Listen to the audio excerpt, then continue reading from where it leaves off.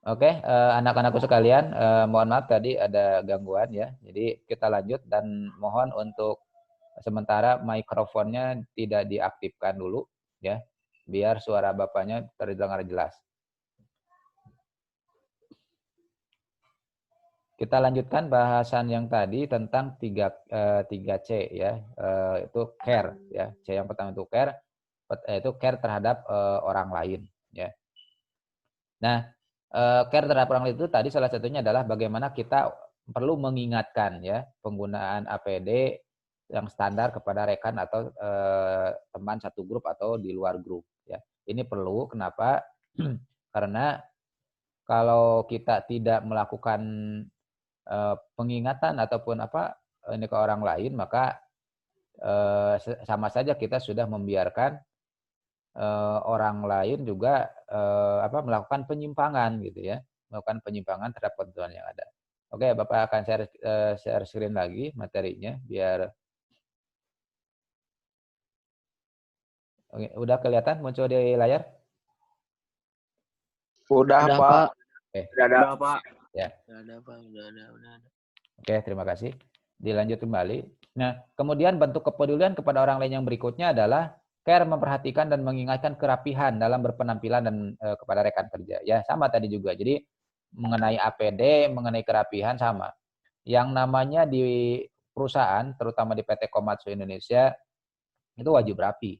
Ya, tidak boleh berpenampilan gondrong, ya, kemudian menggandakan baju.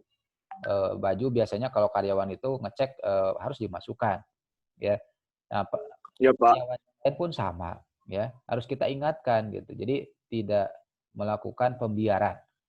Kemudian berikutnya care dalam kepada orang itu adalah care memperhatikan dan mengingatkan rekan kerja dalam menjaga kesehatan dan istirahat yang cukup. Pada intinya hampir sama dengan yang poin untuk diri sendiri ya. Cuma ini untuk rekan kerja kita. Jadi kita ingatkan bahwa ketika ada teman kerja kita kerjanya terlalu berlebihan ya, karena terlalu capek nanti ya kita ingatkan lah supaya proporsional dalam bekerjanya. Kemudian care yang berikutnya adalah care kepada alat atau tools ya dan kelengkapan kerja. Diri kita sudah care, kepada teman sudah care. Nah, alat-alat pun kita harus care terhadap alat, harus peduli ya. Kenapa? Karena alat ini justru yang menjadi penunjang kita pada saat bekerja. Kalau misalkan alatnya itu adalah tidak dijaga ya, tidak dijaga karena tadi tidak ada kepedulian, maka alat yang kita gunakan kalau sudah tidak standar atau sudah tidak presisi kembali, maka pekerjaan kita pun otomatis akan menghasilkan produk yang tidak berkualitas atau ada penyimpangan gitu.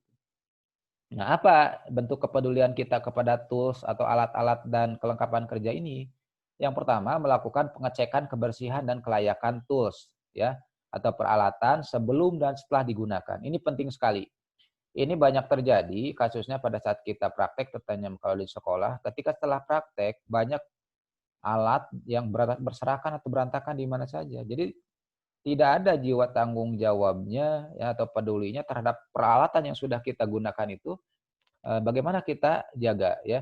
Jadi alat yang kita pakai apapun bentuknya kita bersihkan ya, cek kebersihannya sebelum dan sesudah digunakan. Tempatkan kembali alat-alat tersebut sesuai dengan pada saat kita pengambilan.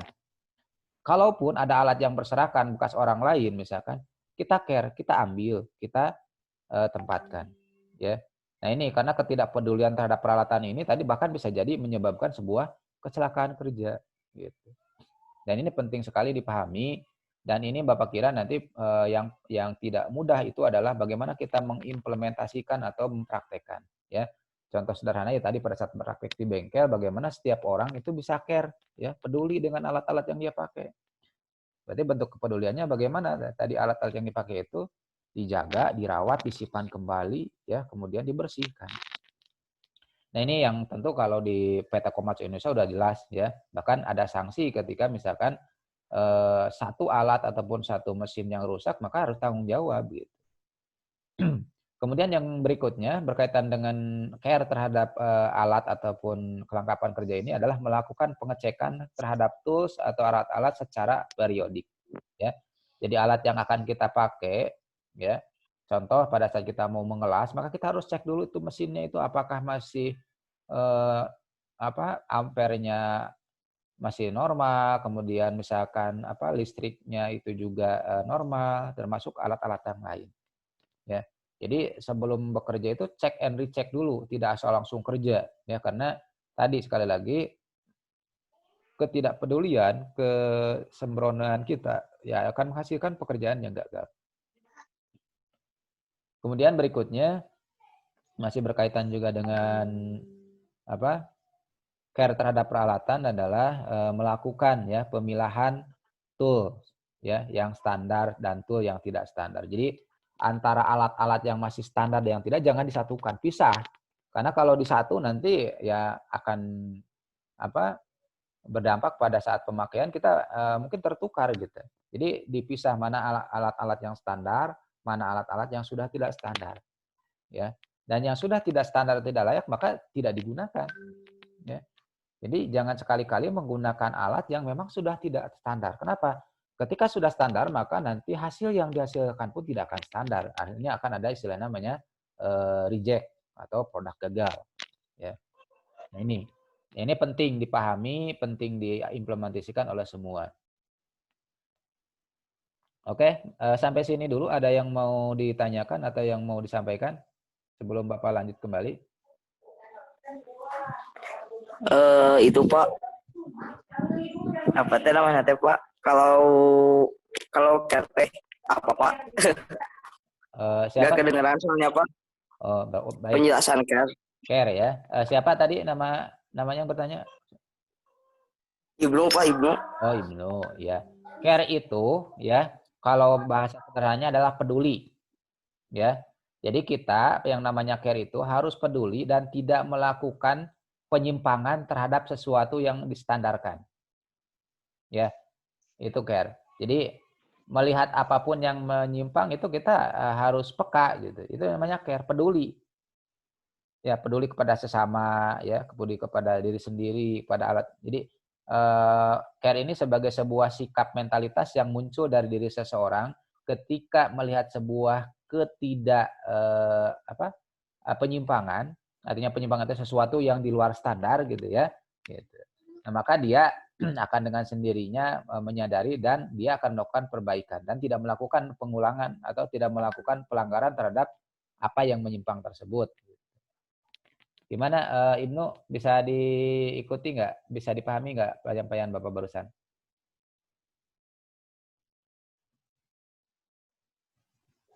Bisa Pak. Bisa, oke.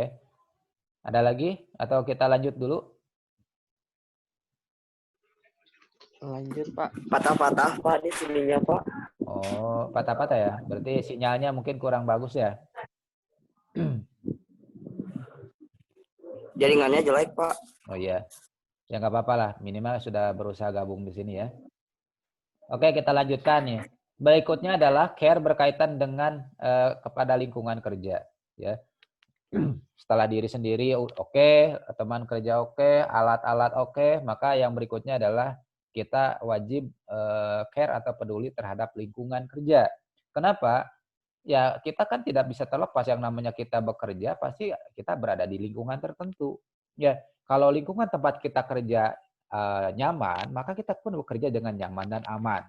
Ya, bagaimana gitu? Kita bisa bekerja secara nyaman, aman hingga akhirnya enjoy bekerja. Tentu tadi salah satunya kita wajib care dalam menjaga lingkungan ini gitu. Supaya kita bekerja itu ya tadi bisa aman, nyaman gitu. Pertama, kita peduli terhadap lingkungan itu dengan cara menjaga kebersihan dan kesehatan lingkungan kerja. Ya, di mana kalau di Komatsu itu setiap hari ya diingatkan bahkan melalui pengeras suara ya baik dari level pekerja sampai kepada tingkat manajemen bahwa dibiasakan apalagi kalau di Jepang itu 5 menit atau 2 menit sebelum bekerja itu harus bersih. Apapun yang ada di atas meja, di kolong meja itu dibersihkan semua tanpa terkecuali. Ya, dan itu selalu diingatkan setiap hari ya, sebelum bekerja dan setelah bekerja. Nah, ini kita coba nanti biasakan di sekolah seperti itu ya. Jangan sampai sekolah dengan lingkungan yang tidak tertata, sampah berserakan di mana-mana. Yang jelas ini lingkungan yang tidak terawat. Artinya ya kita tidak care kalau seperti itu ya. maka kita melihat sampah ya berserakan, kita ambil, kita tempatkan sampah itu pada tempatnya. Ya. Kemudian kita melihat sesuatu yang tidak enak dipandang mata, ya kita bagaimana caranya ditempatkan supaya enak dipandang mata, kemudian memang sesuai peruntukannya gitu. Nah, yang kedua melakukan pemilahan dan pembuangan sampah sesuai standar. Nah, ini. Jadi, sampah itu kan ada berbagai jenis kategori ya, ada organik, ada anorganik, ya. Nah, kita harus dipilah. Makanya biasanya kalau di perusahaan akan selalu ada tempat pembuangan sampah pun dipisah, ya. Dengan biasanya kode warna, ada warna merah, ada warna hijau, kemudian ada 3 biasanya warna merah, hijau, dan kuning ya. Nah, kita harus pisah. Contoh ketika misalkan kita praktek pengelasan besi itu jangan sampai disatukan dengan sampah-sampah yang organik ya. Kita buang, tidak membiarkan apapun itu tergeletak begitu saja ataupun berada begitu saja di tempat yang tidak seharusnya. Kemudian yang ketiga, mengambil sampah. Nah, ini tadi udah Bapak jelaskan ya. Mengambil sampah yang berserakan di jalan, ya, menempatkan ke tempat penampungan.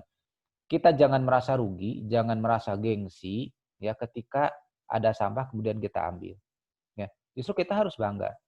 Tidak usah kita ingin dipuji orang, ingin dihargai orang. Kita niatkan saja bahwa dengan cara mengambil sampah, baik itu hanya satu lembar kertas ataupun satu lembar plastik, niatkan pertama bahwa ini sebagai bukti komitmen kita dengan care kita terhadap lingkungan. Yang kedua, tentu sebagai seorang muslim niatkan ini untuk jadi ibadah. Ya, ketika ada satu sampah kemudian nanti menyebabkan orang lain tergelincir sehingga akhirnya menyebabkan orang itu cedera bahkan celaka, kan secara tidak langsung kita juga sudah membiarkan kecelakaan itu. Ya. Dan ketika sampah kita ambil, maka kita pun secara tidak langsung kita sudah mengamankan setiap orang yang ada di lingkungan itu, gitu. Terhindar dari hal-hal yang kita tidak inginkan, ya. Jadi percayalah anak-anakku sekalian, tidak rugilah ketika kita melakukan sesuatu yang baik sekalipun tadi mungkin tidak dilihat orang, tidak dinilai langsung sama guru ataupun orang lain, tapi niatkan lillahi ta'ala, insyaallah ya, tidak akan ada beban. Nah, kita masuk ke C yang kedua ya. C yang kedua adalah komitmen ya. Komitmen atau janji. Komitmen itu apa artinya? Definisinya itu pernyataan dari diri kita sendiri yang dijadikan pegangan ya bagi orang lain sehingga memberikan keyakinan dan kepercayaan atas tindakan atau perilaku kita. Ya. Jadi komitmen itu istilahnya apa? Konsisten lah ya. Ambil ke komitmen itu selalu memegang teguh janji ya. Kata sederhananya komitmen itu selalu memegang teguh janji sehingga apa yang kita ucapkan, apa yang kita lakukan orang lain itu akan percaya gitu. Sekali orang mengingkari janji, maka otomatis orang lain pun akan muncul sanksi, akan tidak percaya. Kita menjanjikan kepada orang membuat produk yang bagus dan berkualitas, ternyata tidak sesuai, maka secara otomatis kita sudah memutus ya, setelah memutus dengan orang itu kepercayaan. Artinya kalau orang sudah tidak percaya, jangan berharap orang itu akan bisa menggunakan jasa atau produk kita lagi. Ya, justru kepercayaan ini yang harus kita jaga dari konsumen karena tadi udah dijelaskan di awal bahwa dengan adanya pembahasan basic mentality ini kuncinya adalah bagaimana ya konsumen selalu konsisten percaya ya kepada perusahaan dengan segala produk yang dihasilkan gitu ya. Nah, ini komitmen ini perlu dan ini tadi tetap ini adalah kuncinya ada di diri masing-masing ya. Nah, apa saja sih komitmen itu ya? Pertama, komitmen untuk tepat waktu dalam segala aktivitas baik diri ataupun kelompok. Nah, ini jelas berkaitan dengan kedisiplinan waktu, on time ya. Orang yang komitmen, misalkan masuk nih jam 8, misal masuk jam 8. Bagi orang yang sudah dalam komitmen berarti masuk jam 8 itu dia datang pas jam 8. Berarti dia harusnya datang sebelum jam 8, bahkan 15 menit atau 10 menit sebelum dimulainya jam kerja dia sudah ada di sana. Ya. Itu adalah karyawan yang istilahnya yang top seperti itu. Pada saat pulang pun, misalkan pulang jam 16 sore nih. Ya. Orang yang punya komitmen besar, dia tidak akan langsung pulang begitu saja, apalagi misalkan pekerjaannya masih banyak. Mungkin dia akan pulangnya setelah itu, ya. Itu yang disebut dengan yang luar biasa gitu. Jadi kita harus menjadi orang yang luar biasa, artinya mampu melakukan sesuatu yang di luar standar gitu. Karena perusahaan pun akan melihat dan menilai, ya, mana yang bekerjanya standar saja, mana yang memang di luar standar, artinya memiliki nilai plus. Oke. Kemudian komitmen yang berikutnya adalah komitmen dalam menggunakan APD standar dan merawatnya tadi. Jadi kita menggunakan APD itu adalah satu keharusan dan kewajiban. Ya, di area mana kita menggunakan APD apa yang kita harus gunakan tentu disesuaikan dengan jenis pekerjaannya. Ya, contoh tadi pada kasus mengelas, ya APD-nya jelas APD untuk mengelas dari mulai pelindung muka, pelindung telinga, pelindung kepala, pelindung badan, kaki dan sebagainya itu harus dipakai. Dan ini harus standar, artinya standar itu harus layak. Ya, kalau tidak standar maka jangan digunakan. Ya, ini sering terjadi ketika Bapak amati pada saat misalkan mengelas menggunakan sarung tangan, tapi sarung tangannya itu bolong. Ya, nah ini artinya tadi kita tidak komitmen dengan standar APD itu. Atau kita menggunakan peralatan tadi tapi tidak sesuai peruntukan. Misalkan nih pada saat mengelas kita gunakan sarung tangan itu untuk mengambil benda kerja yang panas. Padahal untuk mengambil benda kerja yang panas itu ada khusus ya tang gitu ya. Tidak menggunakan sarung tangan. Karena ketika benda kerja yang panas dipakai sarung tangan itu akan meleleh ya. Kemudian berikutnya adalah komitmen menjaga untuk melakukan YOS check di segala aktivitas ya dengan safety dan good. Nah, YOS check itu ada gini, selalu melakukan pemeriksaan dulu. Kita contoh sederhana begini ya. Pada saat kita mau menyeberang ya, kita harus melakukan YOS check. Itu kalau nanti ada kalau kalian sudah tonton itu video yang di Komatsu ya, ada kan YOS check gitu ya. Dan kita mau nyebrang, lihat kanan, YOS, berarti aman. Lihat kiri, YOS, ya. Berarti kalau sudah aman baru kita jalan. Kanan, kiri, baru jalan. Ya, itu contoh sederhana. Termasuk nyimpan sepatu, ya. YOS cek sama. Jadi selalu melakukan pengecekan, ya, setiap aktivitas, termasuk pekerjaan kita. Sebelum kita selesai itu cek dulu apakah ukurannya sesuai, apakah dimensinya juga memang sesuai, bentuknya sesuai, ya, profilnya sesuai. Itu YOS check. Dan ini selalu ya. Bahkan kalau di Komatsu itu YOS check itu dijadikan sebagai menjadi sebuah dengan apa supaya mudah diingat gitu ya. Dengan semacam kayak yel-yel begitu. Nanti kita coba lihat di videonya kalau sudah di nah, Bapak sudah upload nanti ada link YouTube-nya ya. Dan itu selalu diterapkan ya. Kemudian komitmen bekerja semaksimal mungkin untuk apa? Dulu. Untuk kepuasan pelanggan tadi. Ya. Jadi karena tadi kata kuncinya yang namanya produk yang dihasilkan, kata kuncinya ada di kepuasan user atau pelanggan.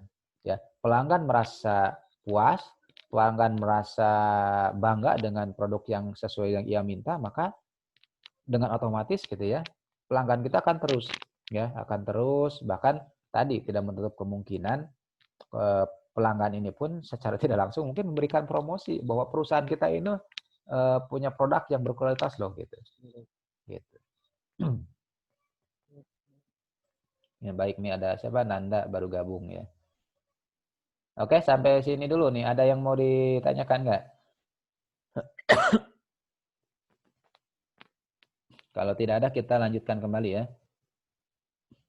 Nah, baru kita masuk ke 3C yang terakhir, yaitu dengan konsisten.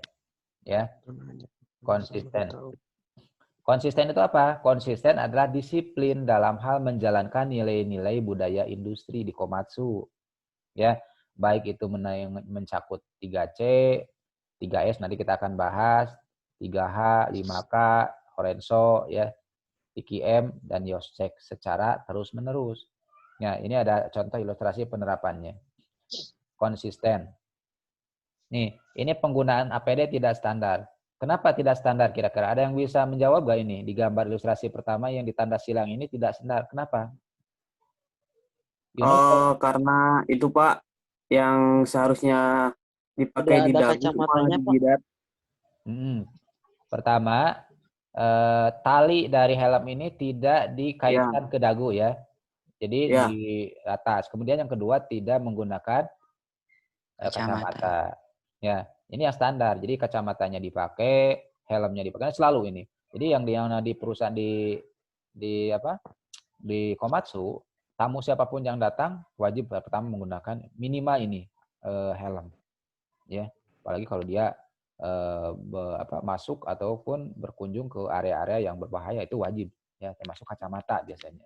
Pada saat Bapak ke sana pun melakukan kunjungan langsung dikasih helmnya, dikasih kacamata. Jadi kita masuk ke setiap area itu minimal ini termasuk wajib menggunakan sepatu safety ya. Wajib menggunakan sepatu safety. Nah, ini yang disebut komitmen. Jadi kita tidak melakukan pembiaran. Nah, ini yang sering terjadi di kita, menganggap sepele tadi. Ah, penting mah dipakai saja gitu ya. Penting mah nempel di kepala helmnya ya, tidak diinikan ke dagu. Nah, ini tidak berarti kita tidak konsisten ya. Tidak konsisten dengan apa-apa yang sudah kita buat atau perusahaan sudah tetapkan. Nah, kemudian di gambar yang kedua ini ada samanya. Jadi air di keran dibiarkan begitu saja, ya. Nah, ketika kita melihat itu, maka sebagai bentuk konsisten kita tutup keran itu supaya air tidak terbuang dengan percuma. Ya, kebayang kalau air ini terbuang dalam berapa jam atau seharian penuh, ya kalau dikumpulkan bisa berapa ratus liter gitu ya. Dan ini artinya akan ada energi ataupun pemborosan, ya. Tentu itu hal yang tidak diinginkan oleh perusahaan gitu. Nah, ini bentuk komitmen kita ya, contoh-contohnya ya, contoh-contoh ilustrasi ini.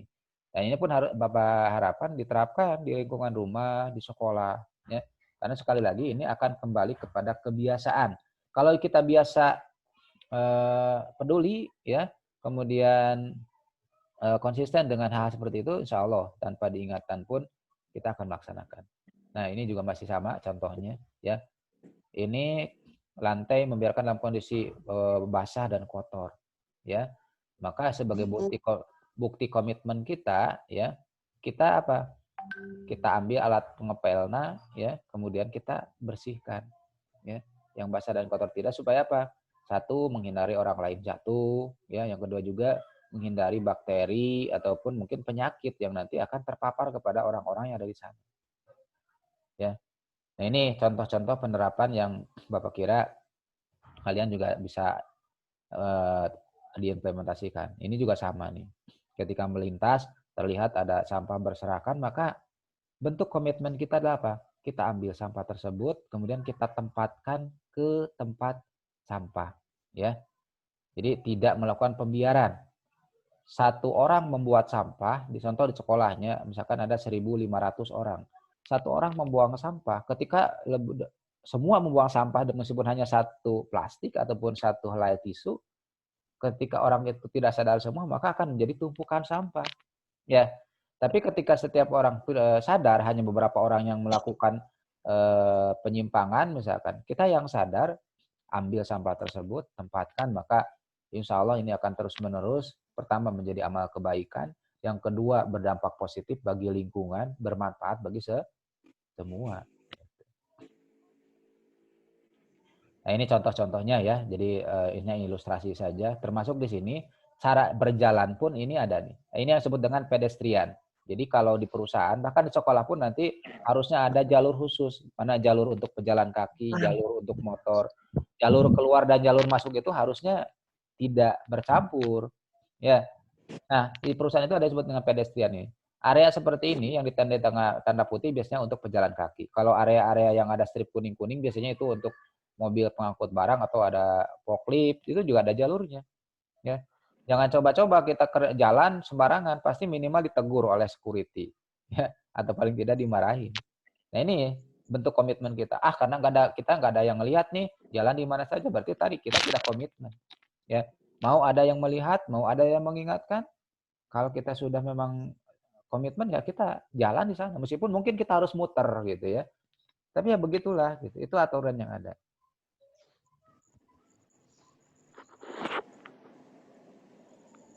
Nah, Ini yang 3C kita selesai sampai sini dulu. Mungkin ada yang ditanyakan dulu tentang 3C tadi dari mulai care, Ada, Pak. kemudian apa?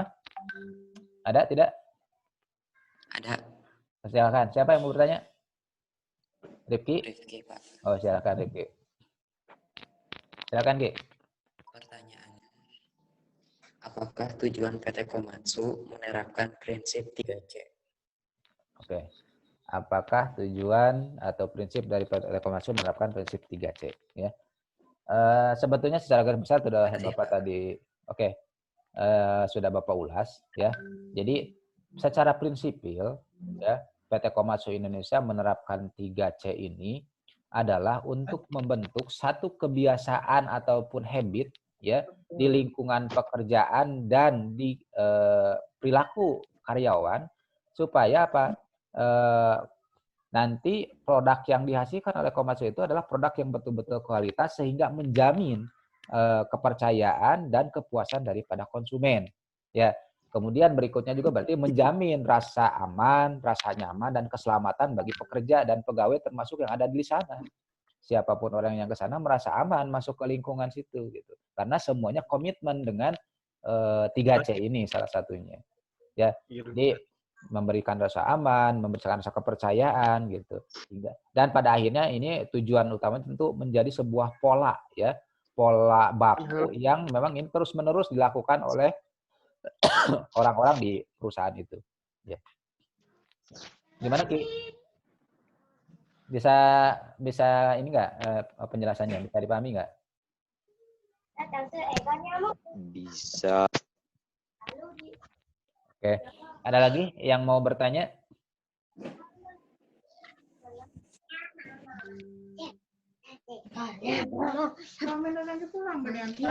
Ini yang suaranya belum di mute siapa ya?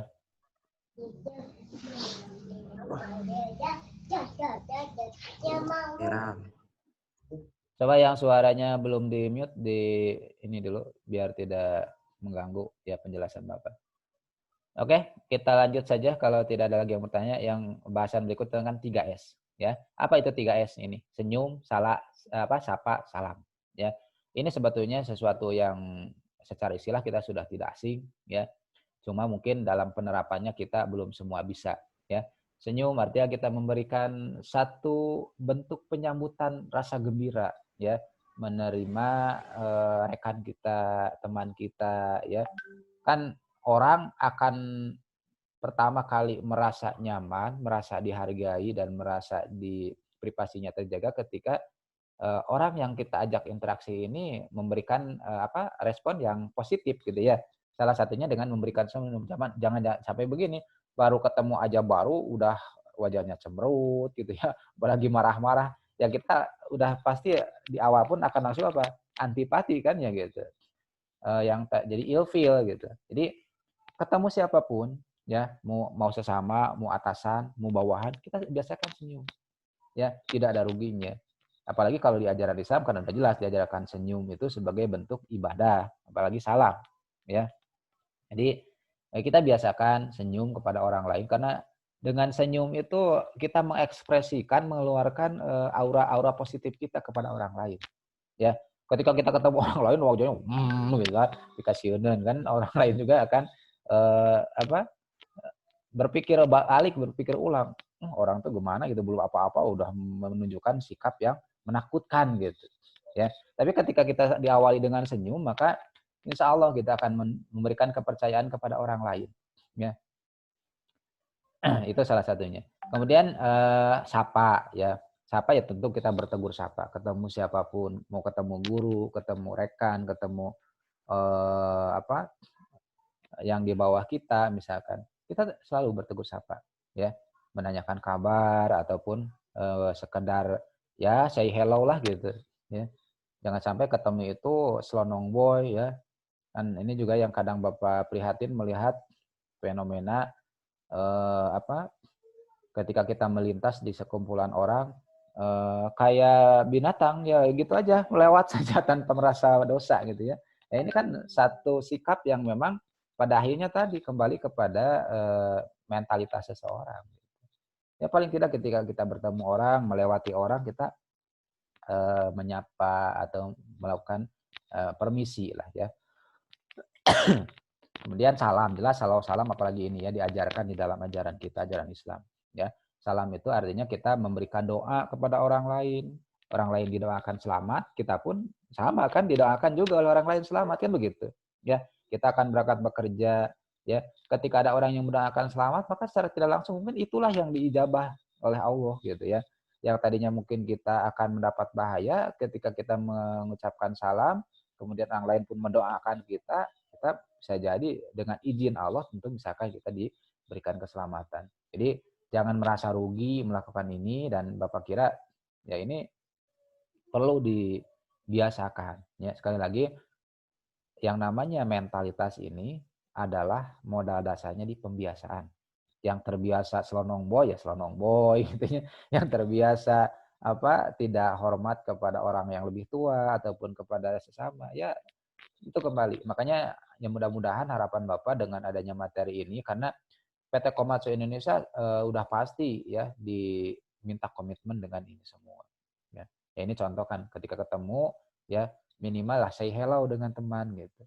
Ya bertegur sapa. Oke, ini berapa menit lagi ya?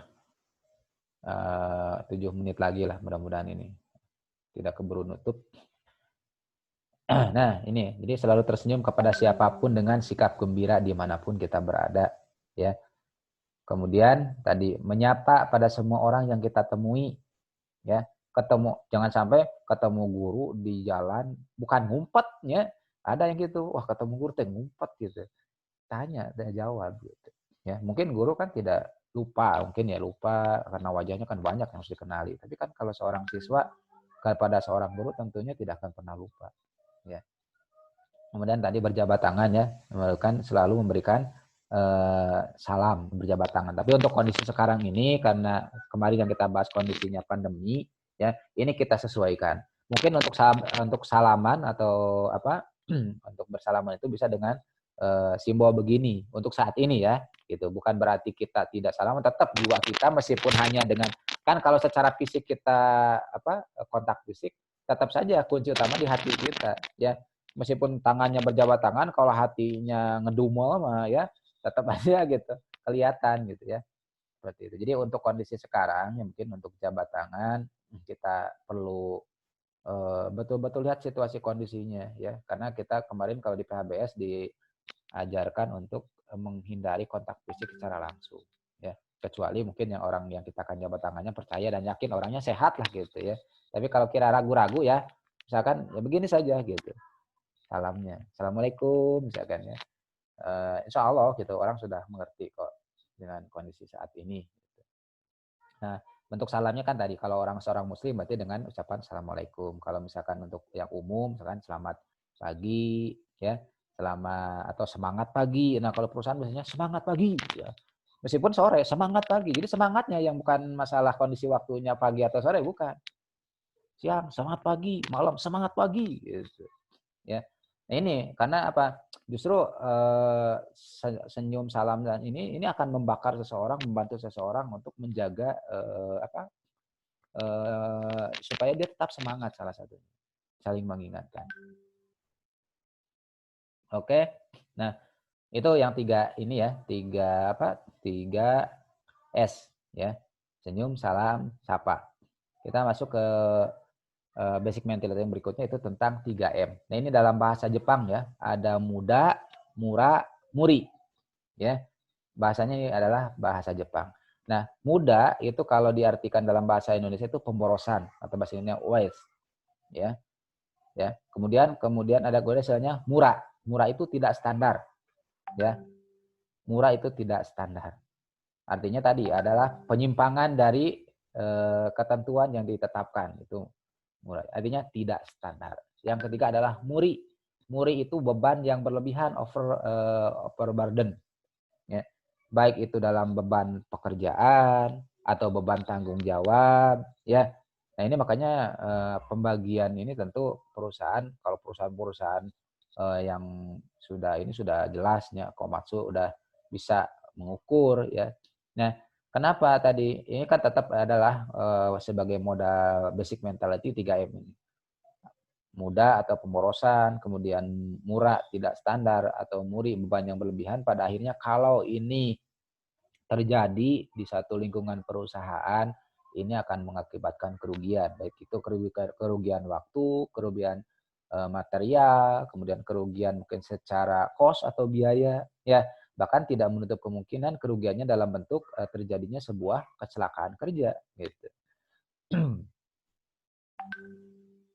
Nah, coba kita lebih dalam lagi telusuri mudah tentang pemborosannya itu.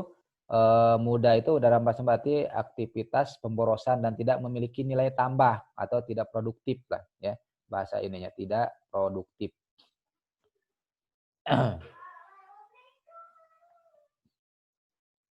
Kemudian pemborosan ini terjadi karena penggunaan sumber daya ya. Pertama dari sisi tenaga ya.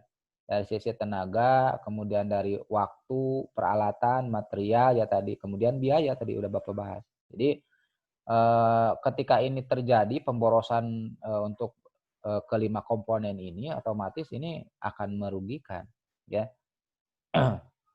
Misalkan kita mengerjakan sesuatu yang harusnya selesai dalam 1 jam, ini selesainya malah dari 2 sampai 3 jam. Jelas ini adalah pemborosan gitu. Secara tenaga ya. Secara waktu kalau itu ya. Kalau tenaga misalkan pekerjaan ini bisa dilakukan oleh 1 orang ya, tapi dikerjakannya oleh 2 orang misalkan. Ini juga sama ya, pemborosan.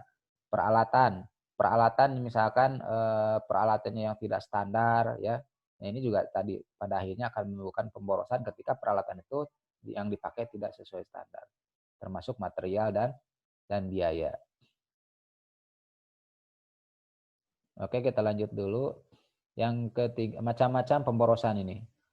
Pertama, pemborosan karena overproduksi, produksi berlebihan.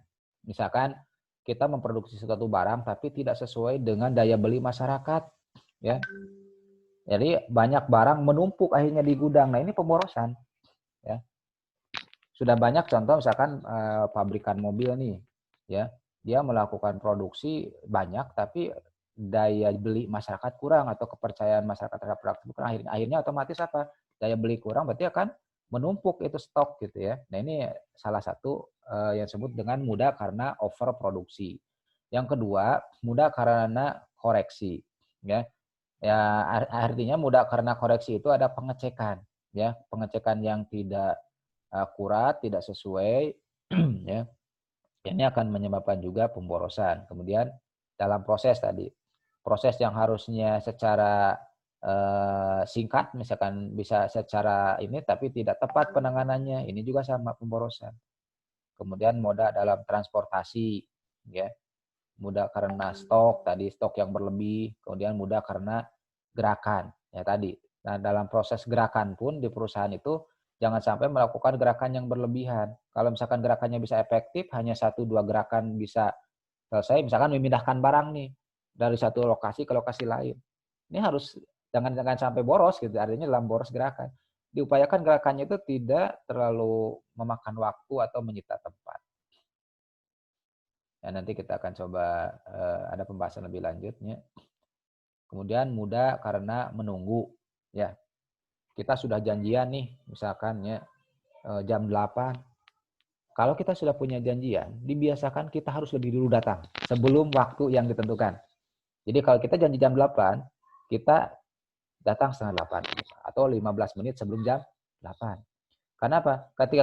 Justru ketika orang menunggu, meskipun terlambat 5 menit, ini pemborosan dalam menunggu tadi. Ya. Pemborosan dalam menunggu. Jadi selalu on time.